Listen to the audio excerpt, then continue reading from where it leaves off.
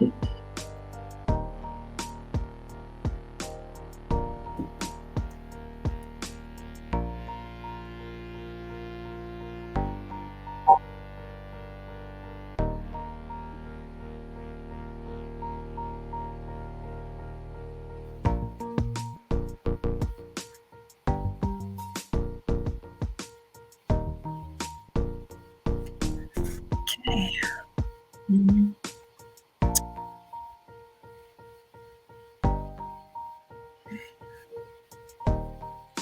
Très bien.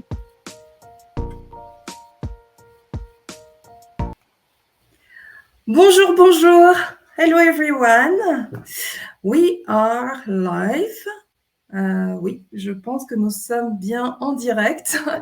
Alors, bienvenue à ce nouvel épisode de Language Maven. Welcome to this new episode of the Language Maven.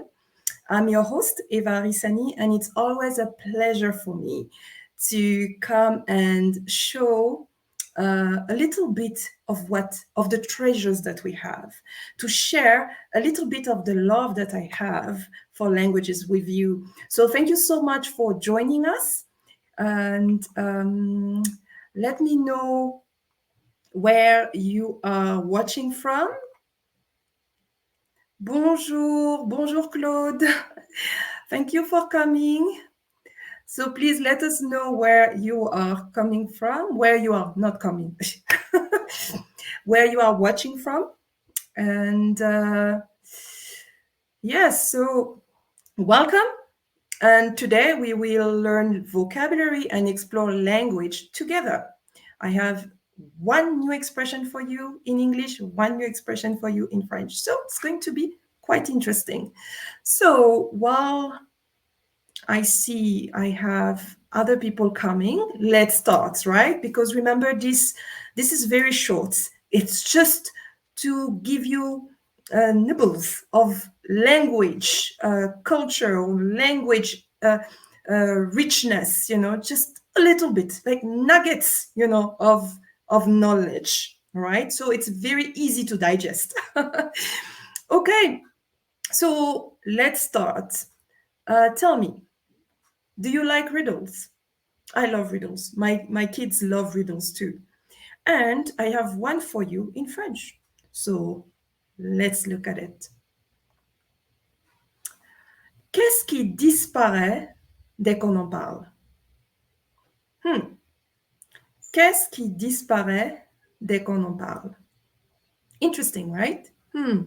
So, of course, if you are learning French, you would have to translate it in English first and then understand and then try to think of the answer in French. But let's see. Do you know? You don't know? All right. So if you don't know, then it means that you will need my answer, right? So today's expression in French is an expression that has to do with that. So it means that you're looking for an answer, but you can't find it. So you need the answer from someone else. And in French, we say, so I will ask you, vous donnez votre langue au chat? It's a very funny expression because if you translate it literally, it means you give your tongue to the cat. So do you give your tongue to the cat? But that's not how we say it in French, in English. Remember, I think it was in the previous episode, I told you that, in languages, there's a lot of imagery, lots of metaphors, and I see some comments. Oh, okay. So we have Claude watching from Pretoria, Afrique du Sud. Thank you, Claude. Merci, Claude. And we have someone on LinkedIn watching from Kenya. So, wow, this is amazing. Thank you so much for watching us from different parts of the world.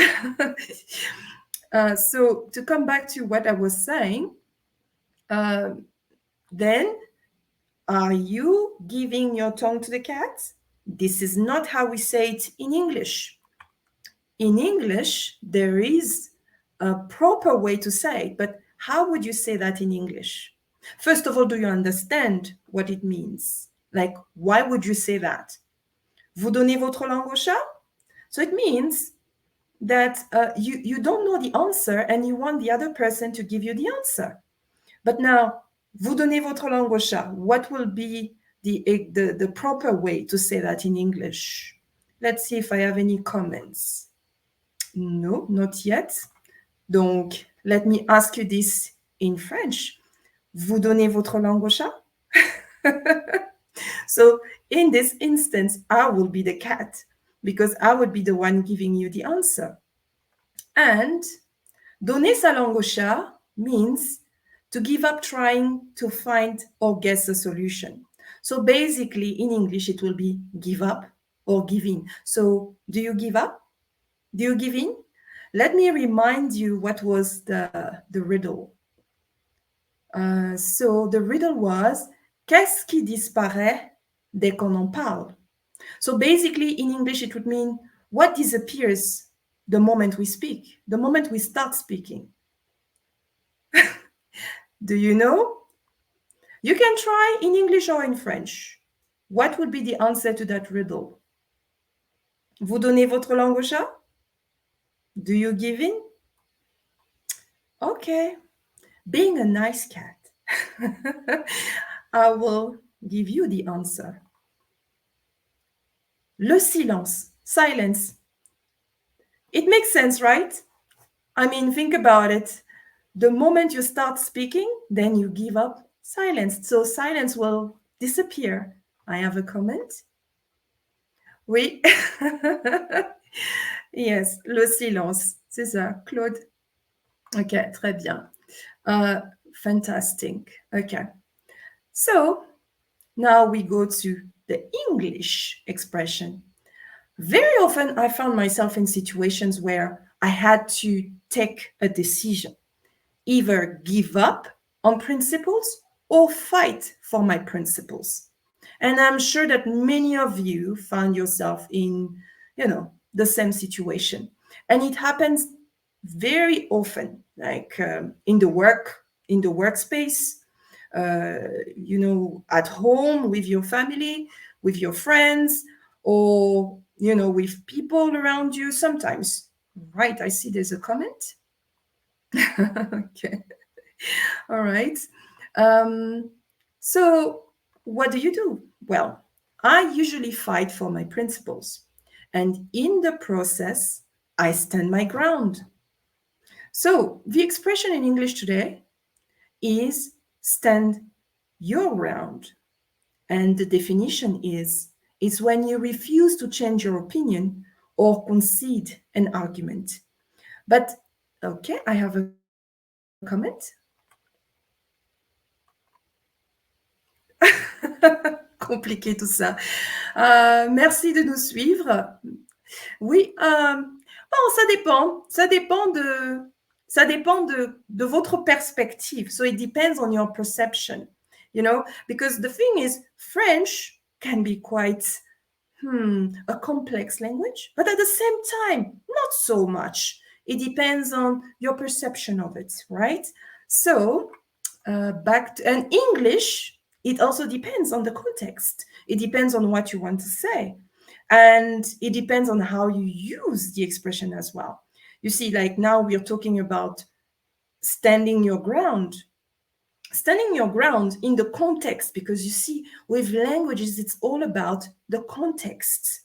Everything is about the context. You might not know a word or an expression, but the context will give it to you, you see. So here, when I talk about stand my ground, it's in a situation where, for example, I'm in front of someone who is asking me to give up on my principles, for example. Maybe someone who is asking me to lie, or someone who is asking me to steal, or someone who is asking me to do something that goes against what I respect or what I live for, you see. So then what would I do?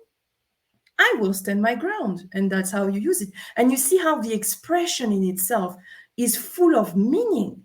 When I say I'm standing my ground, It means I refuse to change my opinion, or I refuse to concede an argument. And now, back to you. How would you translate standing your ground in French? Of course, there are many ways to translate that. You see, because it depends also on the context. I'll give you a second. Unless vous donnez votre langue au chat. You see how I come back to that. So, anyone wants to try? I'm waiting just a few seconds before I give you the answer. So, let me see the comments. No answer yet. Donc, vous donnez votre langue au chat. Et if you see now, it's me talking, but then you would say, je donne ma langue au chat. And here the cat is me. Okay. It looks like stand my ground is scaring people. That expression is scaring you?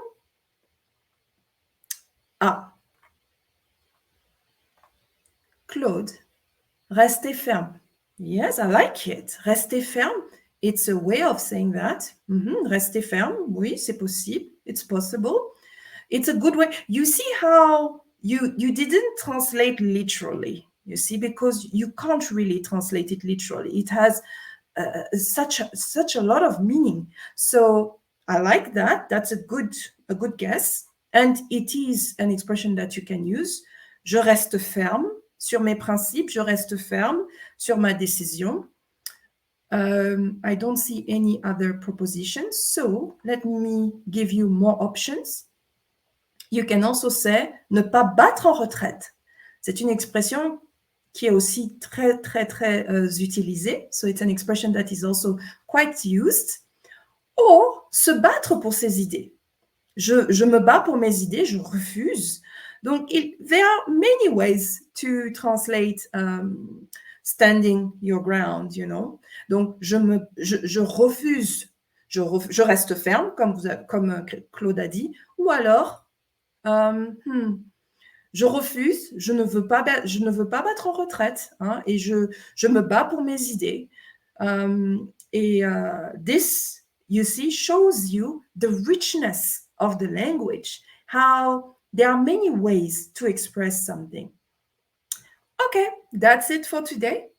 It was my pleasure to share this moment with you. I hope you learned a lot. And don't forget, let me give you a piece of advice. If you want to improve your vocabulary, you want to learn more expressions, every time you learn an expression or a word, use it immediately. Try to use it, you know, in conversations, because the more you use it, the better, and then you will end up using it very naturally. I see a comment. Battre en retraite. Wow, c'est la première fois que j'entends cette expression. Yes, battre en retraite. But attention, be careful how you use it, because if you use the affirmative one, so if you say battre en retraite, it means that you are, you know, you are not going for it, you know, and you are retracting, you know, and but the negative one, ne pas battre en retraite, means that you are standing your ground. So in this case, the correct expression that you would use for standing your ground will be ne pas battre en retraite. Ne pas battre en retraite. Okay, so you see how a small word can make a huge difference. Merci Claude Christelle. I see another comment. Tenir sur mes positions. Oui, si vous voulez, en fait, c'est rester ferme. C'est rester ferme. Ça veut dire que je ne change pas d'avis. Ça veut dire que je reste ferme. Ça veut dire que je ne veux pas battre en retraite. En fait, c'est ça. Donc, merci beaucoup. Alors, donc, on a eu Oxane, on a eu Claude. Merci beaucoup d'avoir participé cet épisode de Language Maven. So thank you so much for taking part in this episode. Thank you for sharing this with me. Thank you for your time. And I see you again next week, Friday, for another episode of The Language Maven. And please remember that on the 30th of September, we will be celebrating the International Day of Translation. And for that special occasion, I'm going to have a special guest from the University of Wits. And we will be discussing a very interesting topic. And I think it's a topic that will be an eye-opener for linguists, for language practitioners, for translators, interpreters. So next week, or very soon, yeah, probably next week, we're going to send a poster for that. I hope you will tune in as well for that. Keep well, enjoy your day, bon week-end, et à bientôt. Au revoir.